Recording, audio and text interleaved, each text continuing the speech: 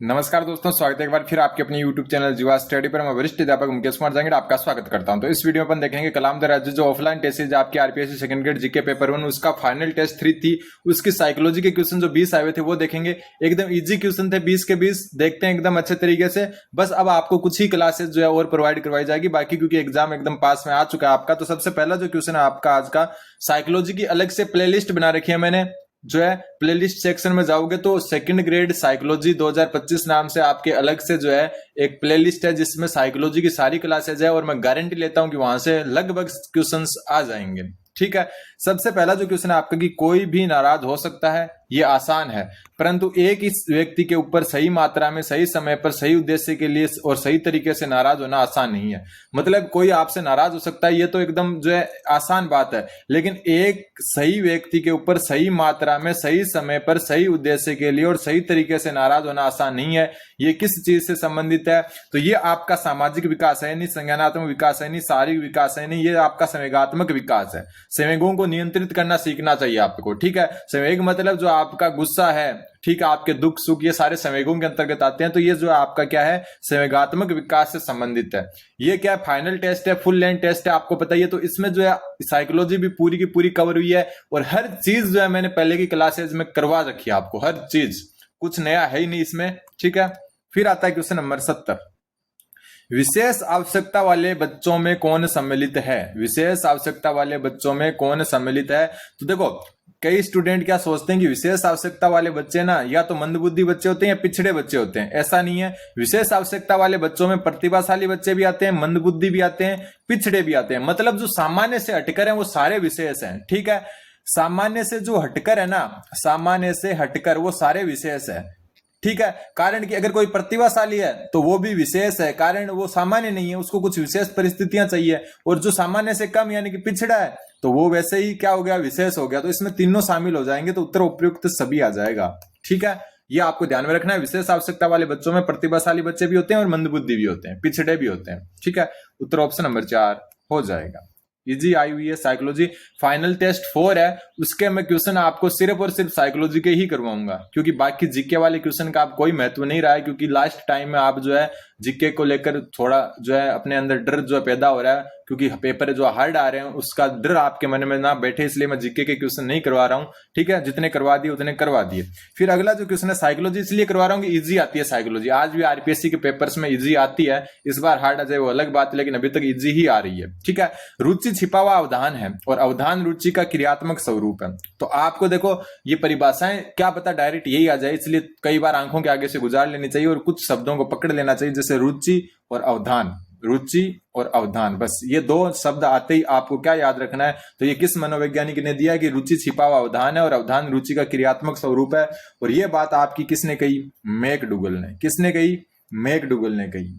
अगला question, question number 72। ये एक अच्छा और इंपॉर्टेंट क्वेश्चन है। थार्नडाइक द्वारा प्रतिपादित विचारधारा क्या है? थार्नडाइक व्यवहारवाद से भी जुड़े हुए हैं, थार्नडाइक प्रयास और त्रुटिवाद से भी जुड़े हुए हैं, लेकिन बात हो रही है कि थार्नडाइक का प्रतिपादित विचार कौन सा है? तो थार्नडाइक का प्रतिपादित विचार है संयोजनवाद या संबंधवाद। इंपॉर्टेंट बनता है, थोड़ा सा हटके, हालांकि ये क्वेश्चन पहले देख चुका मैं, लेकिन फिर भी आपको ध्यान में रखना है संयोजनवाद या संबंधवाद जो है वो आपका थार्नडाइक द्वारा प्रतिपादित एक विचार है। क्वेश्चन नंबर 73 एकदम इजी आया हुआ क्वेश्चन है। ठीक है, पूरा का पूरे 20 क्वेश्चन में लगभग 18 क्वेश्चन इजी हैं आपके। सृजनात्मकता से संबंधित सत्य कथन बताओ। सृजनात्मकता के 4 तत्व हैं, तैयारी, उद्भवन, प्रदीप्ति और सत्यापन। बिल्कुल सही बात है। सृजनात्मकता जो है आपके, इसमें क्या बताना है अपने को? जो है सत्य कथन बताने। ठीक है, तो देखो सृजनात्मकता के 4 तत्व हैं, क्या ये सही है आपका? ये क्वेश्चन थोड़ा सा ही घुमाया हुआ है। सृजनात्मकता के 4 तत्व हैं, लेकिन वो 4 तत्व आपके ये वाले हैं। तत्व मतलब विशेषताएं हो गई, धारा प्रवाहिता, लचीलापन, मौलिकता और विस्तारण। तो ये गलत हो गया। सृजनात्मकता की उत्पत्ति के 4 चरण है, वो ये हो गए, तैयारी, उद्भवन और प्रदीप्ति। तो इसको एक बार मैं बता दूं, सृजनात्मकता के 4 अवयव सीखने को ही मिलेगा। यहां से आपको कुछ धारा प्रवाहिता, लचीलापन, मौलिकता और विस्तारण। ठीक है, फिर अलग कलर में लिख देता हूं मैं आपको। सृजनात्मकता की उत्पत्ति के 4 चरण कौन कौन से? तैयारी, उद्भवन, प्रदीप्ति और सत्यापन। दोनों अलग अलग चीज है, वापस देख लेना अच्छे से कि सृजनात्मकता के 4 तत्व कौन कौन से हैं, ये वाले, और 4 चरण कौन कौन से हैं, ऊपर वाले। तो यहाँ पर दोनों जो सत्य कौन सा? तो सत्य इनमें से कोई नहीं है। उत्तर ऑप्शन नंबर 4 हो जाएगा।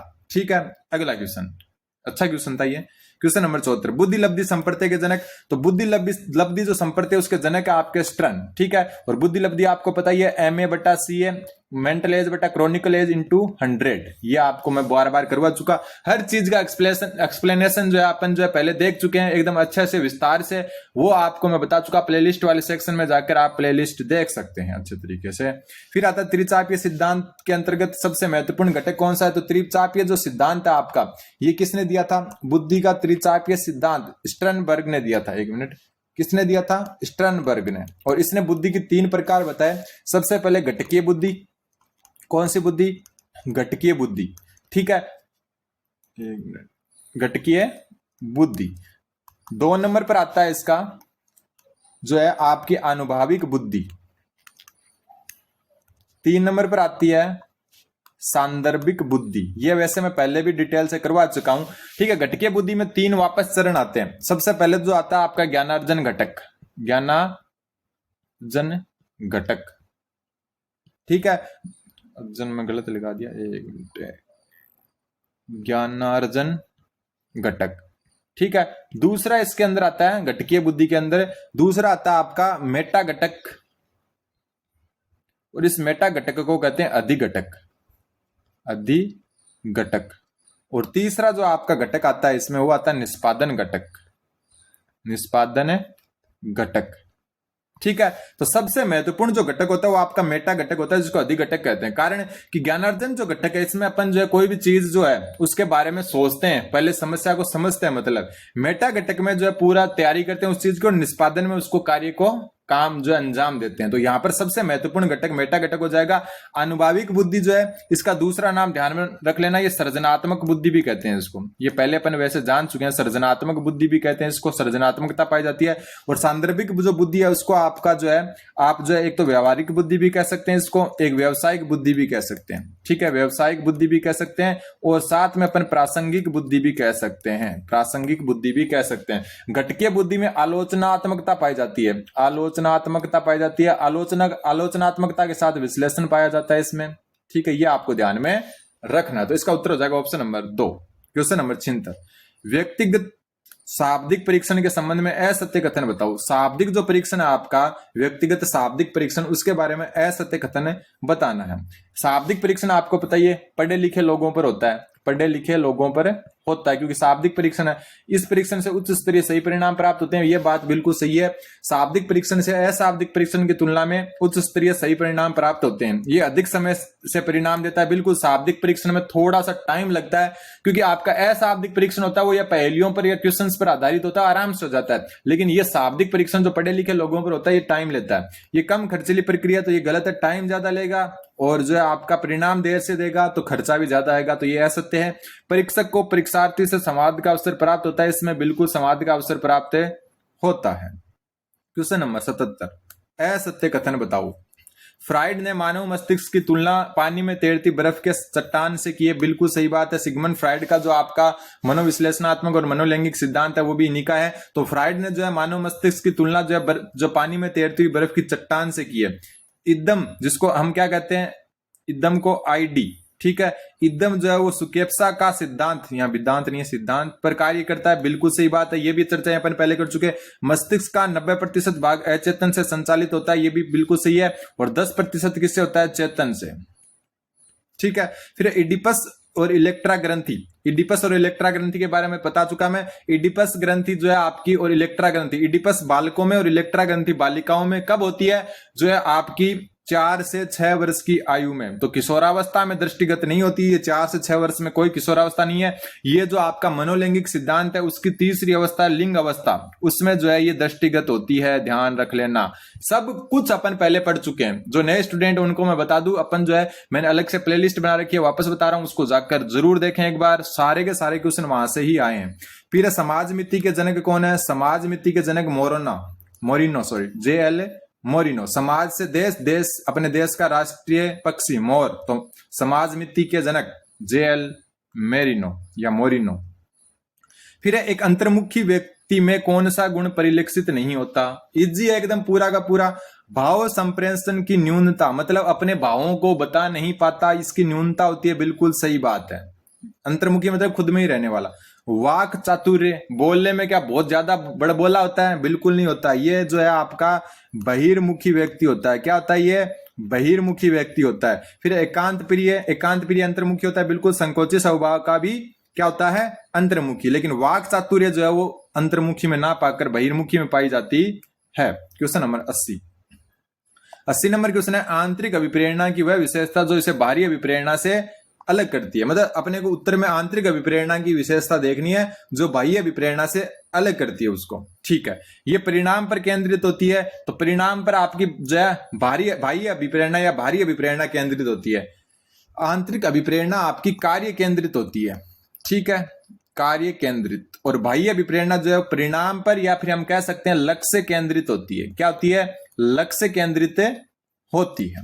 तो ये तो है नहीं। फिर इसमें उतार चढ़ाव आते हैं, तो ये भी बाह्य अभिप्रेरणा की विशेषता है। ठीक है, फिर आता है आपका इसमें कार्य ही लक्ष्य है। तो इसमें मैंने क्या बताया था? ये कार्य केंद्रित होती है, तो कार्य ही लक्ष्य है। तो ये बात आंतरिक अभिप्रेरणा की विशेषता है जो बाह्य अभिप्रेरणा से उसको अलग करती है। ये पुरस्कार से प्रभावित होती है, तो पुरस्कार सारे जो है बाह्य अभिप्रेरणा के अंतर्गत आते हैं। इन दोनों को भी अपन पहले अच्छे से देख चुके हैं। क्वेश्चन नंबर 81, पहली मनोवैज्ञानिक प्रयोगशाला की स्थापना से संबंधित मनोवैज्ञानिकों का संबंध किस संप्रदाय से था? तो पहली जो मनोवैज्ञानिक प्रयोगशाला है उसकी स्थापना जो है आपकी वो विलियम वुंट ने की थी।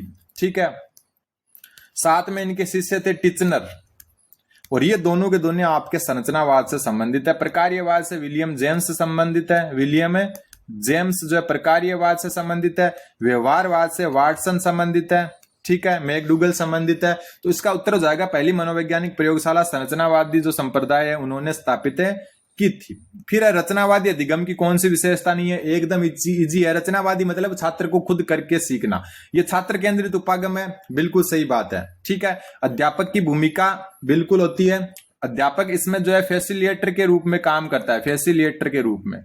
ठीक है, फैसिलिटेटर मतलब हो गया सुविधा प्रदाता के रूप में, सुविधा प्रदाता के रूप में काम करता है। फिर संवाद अंतःक्रिया पर बल, तो संवाद अंतःक्रिया पर बल जो है इसमें दिया जाता है। तो बिल्कुल जो है संवाद अंतःक्रिया पर बल दिया जाता है। संवाद अंतःक्रिया मतलब खुद जो है आपस में चर्चा करके। फिर पाठ्य पुस्तकीय ज्ञान पर बल, तो पाठ्य पुस्तक केंद्रित नहीं होती है ये। तो ये उत्तर हो जाएगा आपका ऑप्शन नंबर 4। रचनावादी में पाठ्य पुस्तक का कोई रोल नहीं है। करके सीखने के सिद्धांत पर यह आधारित होती है। किसके? करके सीखना। ठीक है, तो उत्तर ऑप्शन नंबर 4 हो जाएगा। क्वेश्चन नंबर 83, अधिगम के संबंध में असत्य बताओ। ये उद्देश्यपूर्ण प्रक्रिया होती है। बिल्कुल उद्देश्यपूर्ण होता है। ये सदैव नवीन होता है, तो ये गलत हो गया और अपने को गलत ही बताना था। तो उत्तर हो जाएगा ऑप्शन नंबर 2, क्योंकि सदैव नवीन होना जरूरी नहीं है। कुछ पुराना जो होता है उसमें संशोधन भी होते हैं। ठीक है, पुराने अधिगम में संशोधन भी होते हैं और कुछ चीजें हम बार बार जो है अभ्यास से जो है पुरानी चीज को भी सीखते हैं। तो ये सदैव नवीन होना जरूरी नहीं है। ये एक प्रक्रिया है, बिल्कुल उत्पाद नहीं है। ये प्रक्रिया एक अनुमानित प्रक्रिया और निष्पादन से अलग है। बिल्कुल निष्पादन जो है वो अलग चीज है। निष्पादन का मतलब है आपने क्या हासिल किया है और अधिगम सीखना होता है। ठीक है, उत्तर ऑप्शन नंबर 2 हो जाएगा। क्वेश्चन नंबर 84, एक मोटरसाइकिल से गिरने पर व्यक्ति सभी मोटरसाइकिल पर बैठने से डरता है। यह स्थिति कौन सी है? मान लो आप एक मोटरसाइकिल से गिर गए, उसके बाद में जो है व्यक्ति क्या करता है? किसी भी मोटरसाइकिल पर नहीं बैठता। ठीक है, तो फिर वो क्या हो गया? उद्दीपक सामान्यीकरण हो गया। मतलब वो सभी बार ये समान समझ रहा है कि इस मोटरसाइकिल से गिर गया तो और बाकी मोटरसाइकिल से भी गिरूंगा। तो ये आपका क्या हो गया? उद्दीपन सामान्यीकरण या उद्दीपक सामान्यीकरण हो गया, जिसमें वो सभी को जो है समान समझता है कि इससे गिर गया तो इससे भी गिरूंगा। ठीक है, विभेदन मतलब उद्दीपक जो है उसमें विभेदन करना। उद्दीपक में विभेदन करना, दो उद्दीपकों में जो है विभेदन। विलोपन मतलब जो है आपकी अनुक्रिया या फिर हम कह सकते हैं अनुबंधन का समाप्त हो जाना। अनुबंधन का समाप्त हो जाना, समाप्त हो जाना, ये कहलाता है विलोपन। स्वतः पुनर्लाभ क्या होता है? जब अचानक अनुबंधन वापस प्रारंभ हो जाए। अनुबंधन वापस प्रारंभ हो जाए मतलब अनुबंधन जो है समाप्त हो जाए, मतलब विलोपित हो जाए, उसके बाद अचानक कभी वापस अनुबंधन वापस आ जाए तो उसको स्वतः पुनर्लाभ कहते हैं। क्वेश्चन नंबर 85, उल्टा चोर कोतवाल को डांटे, ये युक्ति किससे संबंधित है? तो ये प्रक्षेपण है, दूसरों पर अपना जो है क्या कर देना, प्रक्षेपण कर देना। विस्थापन यानी कि लक्ष्य को दूसरे पर विस्थापित, पलायन यानी किसी चीज से डर से भाग जाना। ठीक है, ये सब अपन पहले देख चुके। तो उल्टा चोर कोतवाल को डांटे, ये जो है प्रक्षेपण रक्षा युक्ति है। फिर आपका औपचारिक संक्रियात्मक अवस्था से संबंधित कौन सा नहीं है? ये आपके जीन प्याजे का जो संज्ञानात्मक विकास का सिद्धांत है। ठीक है, संज्ञानात्मक विकास का सिद्धांत, ज्यादा डिटेल में नहीं जाएंगे क्योंकि पहले कर चुके अपन। संज्ञानात्मक विकास का सिद्धांत, उसकी कौन सी जो है चौथी स्टेज है, या फिर हम कह सकते हैं फोर्थ जो है आपकी अवस्था है, चौथी अवस्था है। ठीक है, इसमें आपका परिकल्पित निगमनात्मक जो है चिंतन पाया जाता है। ये पिंतन नहीं है, चिंतन है। ठीक है, पहले इसकी एज में बता दूं, जो आपकी औपचारिक संक्रियात्मक अवस्था ये 11 से 15 वर्ष की एज में होती है, 11 से 15 वर्ष में। इसमें जो है आपका परिकल्पित निगमनात्मक चिंतन पाया जाता है, व्यक्तिगत दंतकथा पाई जाती है, काल्पनिक श्रोता पाया जाता है। ये चीजें भी मैं क्लियर पहले कर चुका हूं। ठीक है, उत्तर इसका जीववाद हो जाएगा। जीववाद जो आपकी पूर्व संक्रियात्मक अवस्था में पाया जाता है, पूर्व संक्रियात्मक अवस्था, और ये आपकी सेकंड अवस्था होती है, मतलब दूसरी अवस्था होती है संज्ञानात्मक विकास की, और ये 2 से 7 वर्ष तक की आयु में होती है। ठीक है, और इसमें क्या होता है, व्यक्ति जो बालक होता है, क्योंकि व्यक्ति तो होता नहीं है, निर्जीव वस्तुओं को सजीव समझता है। ठीक है, सजीव समझता है, निर्जीव वस्तुओं को सजीव समझता है। कौन? बालक। किसमें? जीववाद में। ये पूर्व संक्रियात्मक अवस्था की एक विशेषता है। क्वेश्चन नंबर 87, स्टैनले हॉल का संबंध किससे? तो स्टैनले हॉल ने दिया था आकस्मिक विकास का सिद्धांत। इनका मतलब कहना था विकास अचानक होता है। क्या होता है? अचानक हो जाता है विकास। ठीक है, तो ये आपको ध्यान में रखना है। और आज का लास्ट क्वेश्चन, क्वेश्चन नंबर 88, सीखना विकास की प्रक्रिया है, ये कथन किस मनोवैज्ञानिक ने दिया था? तो सीखना विकास की प्रक्रिया है, ये जो है कथन आपका ऑप्शन नंबर 2, किसने? वुडवर्थ ने दिया था। सीखना विकास की प्रक्रिया है, ये बात वुडवर्थ ने कही थी। तो ये आपके 20 क्वेश्चन, और मेरे हिसाब से 18 क्वेश्चन एकदम इजी थे। ठीक है, वैसे 20 के 20 इजी थे, लेकिन 18-19 क्वेश्चन तो एकदम इजी थे। तो उम्मीद है आपको समझ में आया होगा। आज भी जो है आरपीएससी सेकंड ग्रेड की साइकोलॉजी का लेवल जो है इतना ज्यादा ऊपर नहीं गया है, तो उम्मीद है आपको समझ में आएगा। और 20 में से आप जो है 15 प्लस क्वेश्चन आराम से कर पाओगे अगर लेवल में चेंज नहीं हुआ। और ज्यादातर क्वेश्चन अपनी क्लासेस से आ जाएंगे, अलग से मैंने प्लेलिस्ट बना रखी है। चैनल पर हैं तो चैनल को सब्सक्राइब करें। डेली अपना नया टॉपिक भी आता है कुछ ना कुछ, और नई जो सेकंड ग्रेड भर्ती है उसके स्टूडेंट भी जो है जरूर सब्सक्राइब करें। धन्यवाद, बने रहें जीवा स्टडी के साथ।